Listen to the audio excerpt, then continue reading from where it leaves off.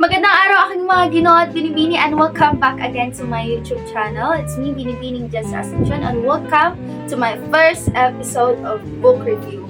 All of these books are in English language.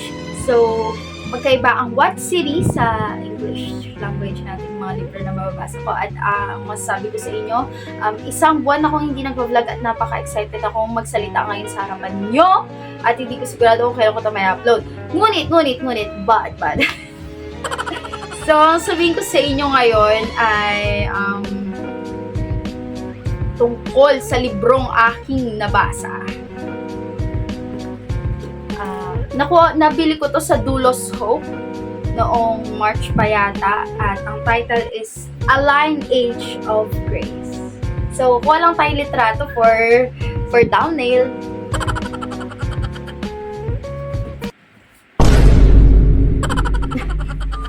Hindi ko alam, mag-picture na lang ulit ako mamaya. Pero yun. So, this book is, the genre of this book is fiction, Christian, and historical. So, since all of you knows that I am a member of Church of Christ, Iglesia ni Cristo. So, this book was, hindi ko sigurado kung sino nagsulat na to, pero mukhang mga born na ganyan. I'm not sure, okay? So, this book, has 5 books. Yes. Talagang nakakompile na siya. Tungkol ito sa 5 unlikely women whom God chose to change eternity. Tamar, Rahab, Ruth, Bathsheba, and Mary. Each was faced with extraordinary, even scandalous challenges. But they had courage, they lived daring lives. Sometimes they made mistakes, big mistakes, and yet God, in His infinite mercy, used them to bring forth the Christ, the Savior of the world.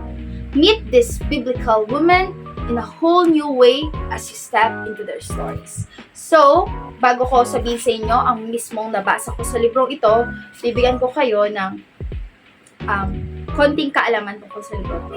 So, yun nga, tungkol nga to sa 5 babae na naging way para sa ating Panginoong Jesucristo.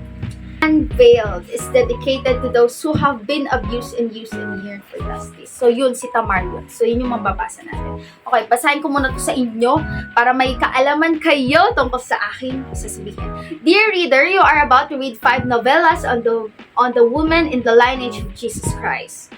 These were Eastern women who lived in the ancient times, and yet their stories apply to our lives and the difficult issues we face in our world today. They were on the edge, they had courage, they took risks, they did the unexpected, they lived daring lives, and sometimes they made mistakes, big mistakes. These women were not perfect, and yet God in His infinite mercy used them in His perfect plan to bring forth the Christ, the Savior of the world. We live in desperate, troubled times when millions seek answers. These women point the way. The lesson we can learn from them are applicable today as when they lived 1,000 years ago. Tamar is a woman of hope. Rahab is a woman of faith. Ruth is a woman of love. Bathsheba is a woman who received unlimited grace. Mary is a woman of obedience. These are historical women who actually lived. Their stories, as I have told them, are based on biblical accounts. Although some of their actions may seem disagreeable to us in our century, we need to consider these women in the context of their own times. This is a work of historical fiction. The outline of the story is provided by the Bible, and I have started with the facts provided for us there. Building on that foundation, I have created action, dialogue, internal motivations, and in some cases, additional characters that I feel are consistent with the biblical record. I have attempted to remain true to the scriptural message in all points, adding only what is necessary to aid in our understanding of that message. Ito yung mismong sulat ng author na si Francine Rivers sa mga mababasang gaya ko. So, una ko nabasa ay si Tamar. Bago ko pala simulan, ito yung unang libro na nagbigay sa akin ng way para magbasa ng mga English na libro. At nagpapasalamat ako na ito yung unang unveiled, Tamar. Ito yung unang ko nabasa and ito yung pag-usapan natin. To give you context, ito yung tungkol kay Jacob, and the story of Jacob and his sons is a complex narrative in the book of Genesis.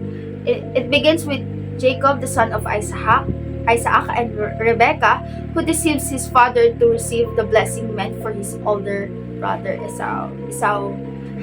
Jacob flees from Esau's anger and spends years working for his uncle Laban, eventually marrying Laban's daughter Leah and Rachel, among others. Jacob's 12 sons, born to his wives and their handmaids, become the heads of the 12 tribes of Israel. So, eto naman. So, sa 12 na mga anak ni Jacob, o Jacob, merong nagngangalang Huda. And Huda has 3 sons, which is Er or Er. Pangalawa is si Onan and Shala. So, basically, sa simula ng istoryang ito is si Tamar. First marriage siya sa first son ni Huda. Siya yung finorce ng marriage. Si Huda yung namili sa kanya. So, though kahit ayaw ni Tamar, wala siyang magagawa kasi babae siya. So, sa time ng dati, talagang walang magagawa ang babae. Kapag desisyon ng tatay mo at nanay mo, wala ka nang magagawa. Pero dito, meron tayong kalayaan sa ating sarili, sa mga kababaihan na tulad ko, na gaya nyo, na mas may freedom tayo kaysa dati. At pag binasa nyo ang first chapter ng librong ito, talagang makikita nyo kung gaano kahina ng mga babae. Na sa mga decision making, lalaki ang nanguna. At ang mga babae, wala ka nang magagawa. At ang turing sa mga babae sa panahong ito ay magtuloy lang ng bloodline, manganganak ka lang, magiging asawa ka, tutulong ka sa gawain. Kayong gagawa sa mga gawaing bahay, yun lang ang role ng mga babae dati. At ang mga lalaki, ang role nila ay mag-provide sa asawa at anak nila. At dapat ang isang babae magkaroon ng anak. Magkaroon siya ng anak. Hindi pwedeng hindi. I mean, may times na meron dito siguro. Pero, basically, so, nabasa kong first chapter, talagang ang role mo is mga anak ka para sa mga lalaki. At makikita nyo ang pagkakaiba sa atin at sa ngayon. At kapag tinuloy ko itong sinasabi ko sa inyo ngayon, mas makikita nyo kung gaano nagbago ang dati sa ngayon. Okay? So, yun, meron na kayong background or plan. So, yun nga, napili ni Huda si Tamar as the wife of his first son, Er na lang, or Er. And then, yun, kapag napangasawa ka na, doon ka na sa household ng manugang mo. Doon ka na, hindi ka na babalik sa dati mong pamilya. Kasi malalaman nyo dito, like, ano siya, insulto siya sa dati mong pamilya. So, yung bagong pamilya, yun na. Yung pamilya ng tatay mo. Okay? So, yun na nga. So, nung unang nakita ni Tamar ang kanyang husband, which is Er, hindi maganda. Inaabuso siya, like as in. Walang pakialam yung si Er sa asawa niya. Like, inutusan lang siya, ganyan. Gawin mo to, gawin mo yan. Yun lang. And then one day, may time na na-curious si Tamar tungkol sa God nila Huda. So, dito sa part na to, makikita nyo na si Tamar kasi hindi siya yung same ng religion kay Huda o sa family ni Huda. At talagang napatanong siya kung bakit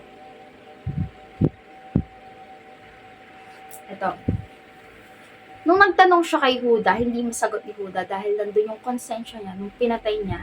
Ay, nung pinagbenta niya nila yung kapatid nilang si Joseph dun sa mga Egyptian. Isang malaking kasalanan kasi yun. Talagang nagsinungaling sila sa tatay nila. Na kinain po ng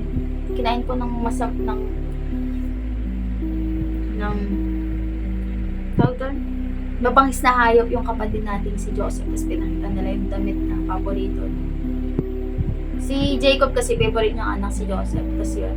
Tapos ito dito, na-curious kasi si Tamar. Tinanong niya si Huda, pero hindi nasagot ni Huda. Like, ayoko nung topic na yan, parang gano'n. So, ang nangyari is, okay, ayaw niya. Pero as a point of view ni Huda, talagang hindi niya masasabi yun kung may ginagawa kang kasalanan.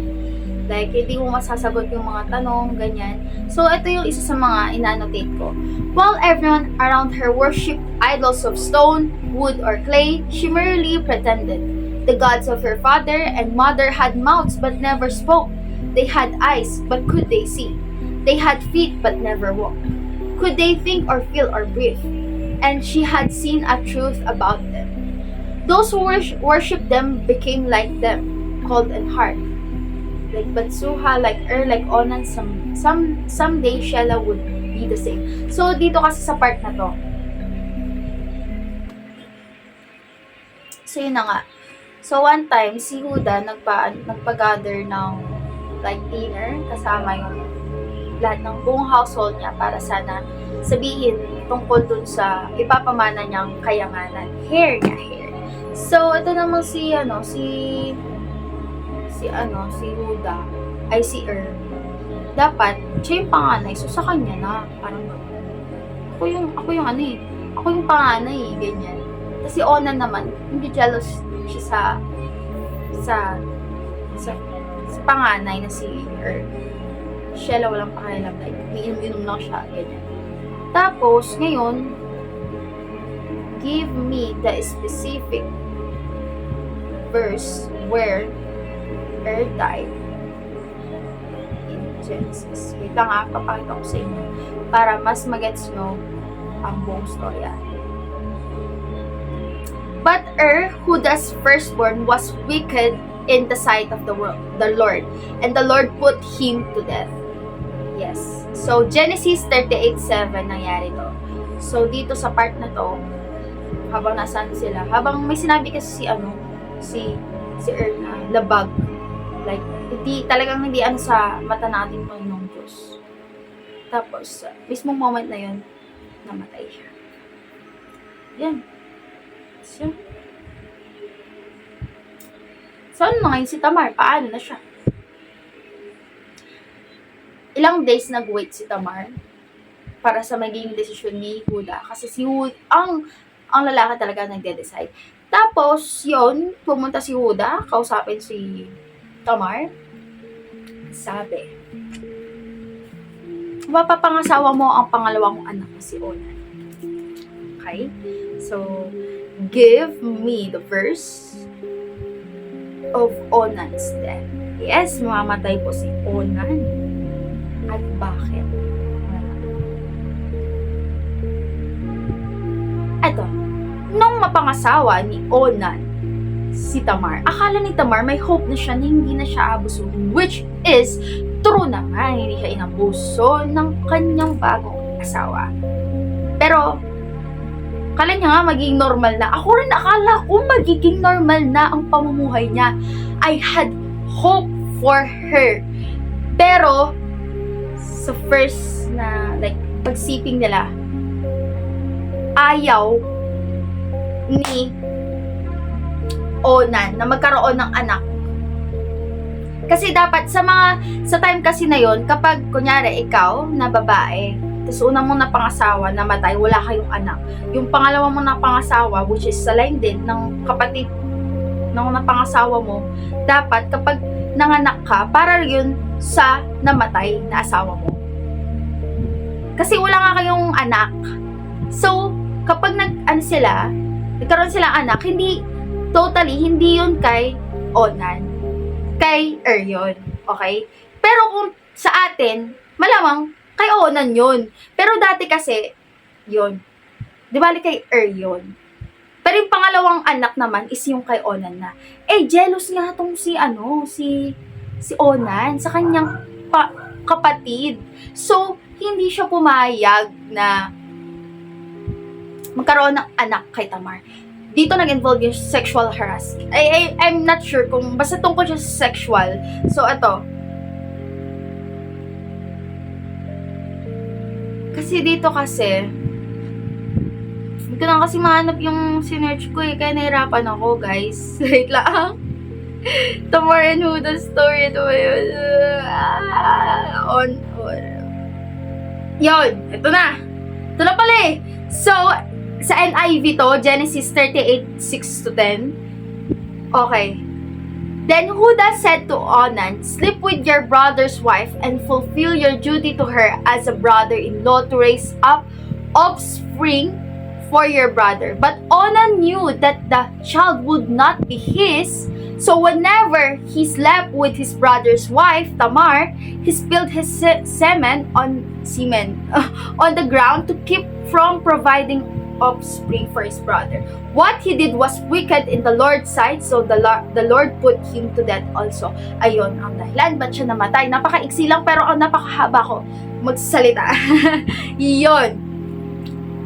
So, anong nangyari kay Tamar?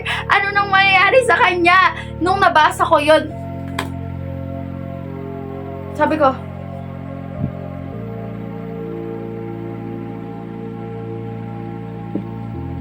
moment of silence. Anong mangyayari kay Tamar? Sabi ko sa isip ko. So, I was hooked.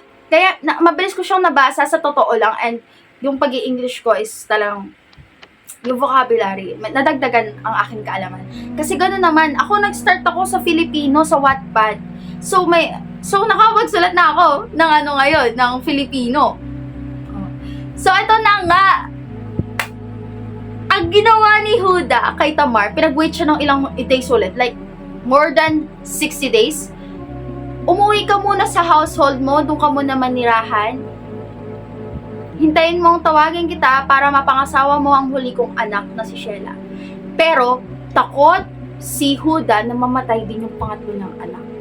Kaya, sinend niya si Tamar pabalik sa household niya dati, which is Zimran ata yung tatay niya. Akala ni Tamar, mapapangasawa niya pa yung si Sheila. Household niya na kasi yun, kaya mananatili siya doon. So, sa umpisa, ayaw niyang bumalik doon kasi hindi na yun yung tahanan niya. So, ngayon, wala siyang nagawa. Ito namang asawa ni Huda, si Batsuha, hindi siya maganda example as a wife kasi sobra yung pagiging, niya, masalita, ganyan. Tapos, sinisiraan din kasi si Tamar na isa daw siyang witch, na siya daw yung ng malas sa pamilya niya. Kaya nag-start na mamatay yung mga anak niya. So, bumalik na siya. Di siya tinanggap ng tatay niya doon sa household na yun kasi insulto yun. Bakit ka bumalik dito at wala kang anak? Yes, big deal po ang pagkakaroon ng anak dati kasi babae ka. Pero dito, hindi na. Ganun ang pagkakaiba sa atin. At malalaman nyo pa nga mamaya kung bakit. So, ang ginawa, hindi na tinuring na anak ni Zimran ang kanyang anak na si Tamar. Ginawa na siyang maid.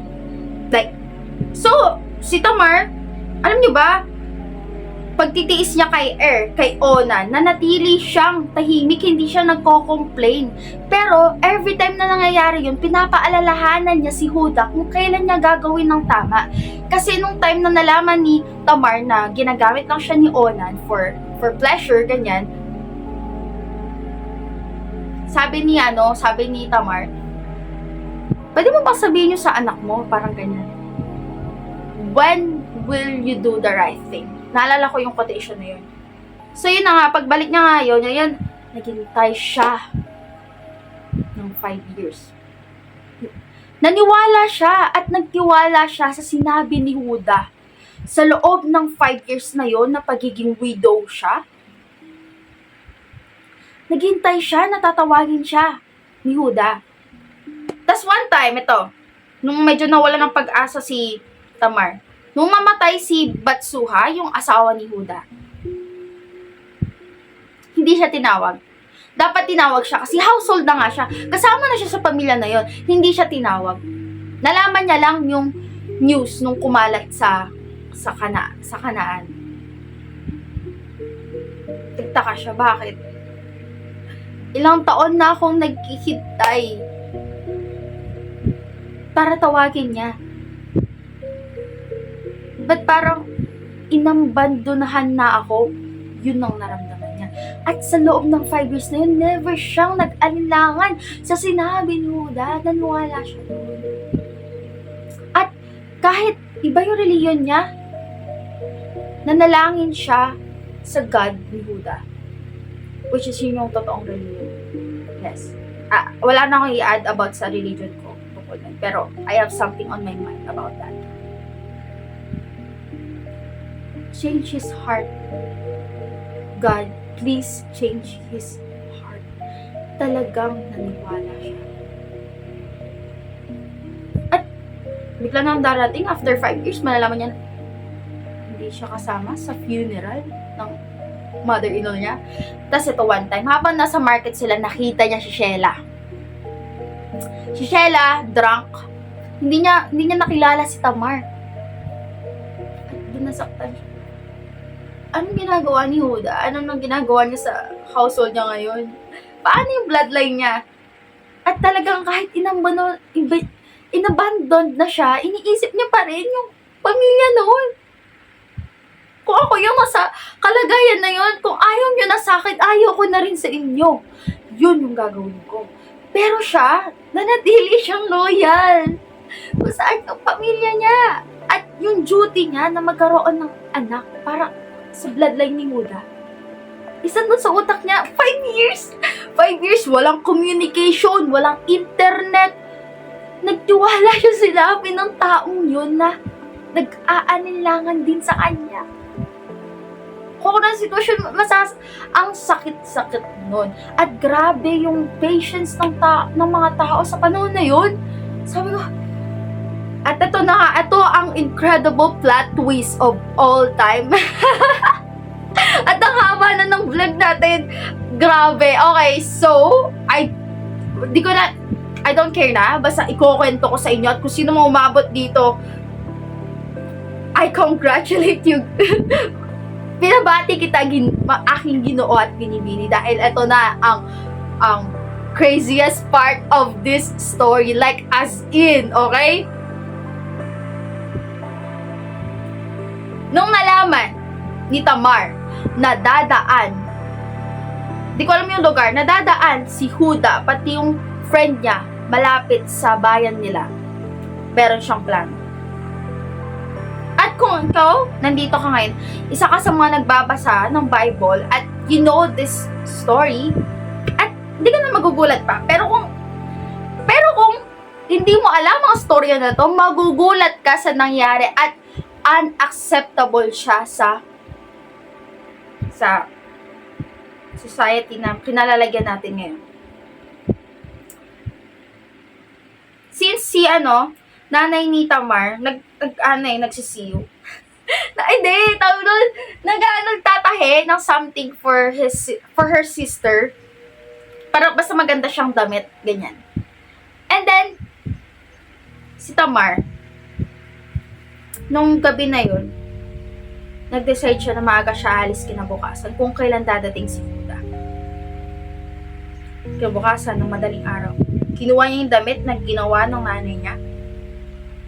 Pumunta siya kung saan dadaan si Huda.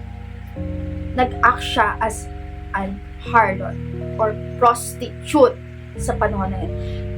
She never did that sa time ni Onan. At talagang nainis siya doon. Pero gagawin niya to. Gagawin niya para nung dumaan si Huda sa kanyang kinaroroonan. Hinarangan niya. Nagpakita siya. Hindi siya nakilala ni Huda. Kahit tinanggal niya na yung nakita na yung face niya. At naisip ng kakaibigan ni Huda na alam niya na. na mag-enjoy muna siya bago sila magtungo sa mismo pupuntahan nila. At si Huda, since ano na rin siya, widow na rin, bumigay siya sa tukso na yon. Hindi niya alam na si Tamar yun. So, something happened sa kanila. Pero before yun, may kumuha ng something si Tamar kay Huda. Something na seal, parang ganon. Gamit niya na nagpapatunay na basta yun. Basta may kinuha siyang gamit, nag-agree naman silang parehas. Tapos yun, may nangyari na sa kanila.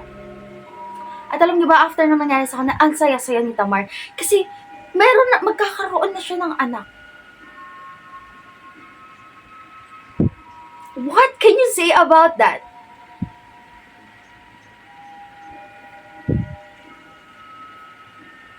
Nakalagay doon, naalala ko, all I wanted is justice.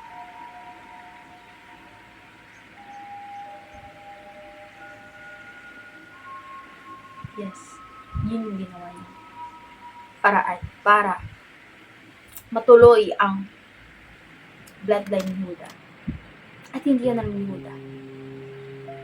What's the ending? What's the ending? What's the ending? Bumalik siya, nalaman ng kanyang nurse na si Aska. Buntis siya. Nalaman ng tatay niya, anong ginawa mo at buntis ka? Inisip siya as a prostitute.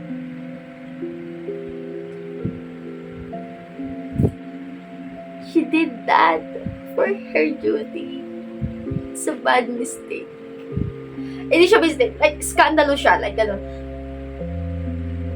Tapos, nung malaman, ang ginawa ng tatay niya, inabuso rin siya. Pinagpapalo siya. Pati yung mga kapatid niya. Tapos, ito naman si Aska, yung nurse niya. Tama. Pinunta niya si Huda. Yung kasama yung seal na sinasabi ko sa inyo, yung pagkataon ni Huda. Pinunta niya si Huda. Inutos kasi ni Huda na, nung nalaman niya na ganun nangyari kay Tamar na buntis, sabi ni Huda, i-burn na lang siya, itapon na siya, ipaano na siya sa apoy, parang ganun. Tapos, so sinunod lang ni Tamar yung pinapagawa, ni Zimran, yung tatay ni Tamar, yung pinapagawa ni Huda. Okay. Burn her. Yan. Ayaw ni Tamar. Kaya inutusan niya si Aska na puntahan mo si Huda na ako na ang dinadala ko ngayon ay anak mo. Pumunta si Aska, sinabi niya kay Huda. Si Huda, nagulat. Pumunta siya kay Tamar. Kinuha niya si Tamar. At yun ang sinasabi ko, unacceptable. Feel ko rin, sa time na yun, unacceptable din siya kasi nag-act as a prostitute for that. At saka yung fact na nilinlang mo si Huda na magsinungaling ka, tinago mo.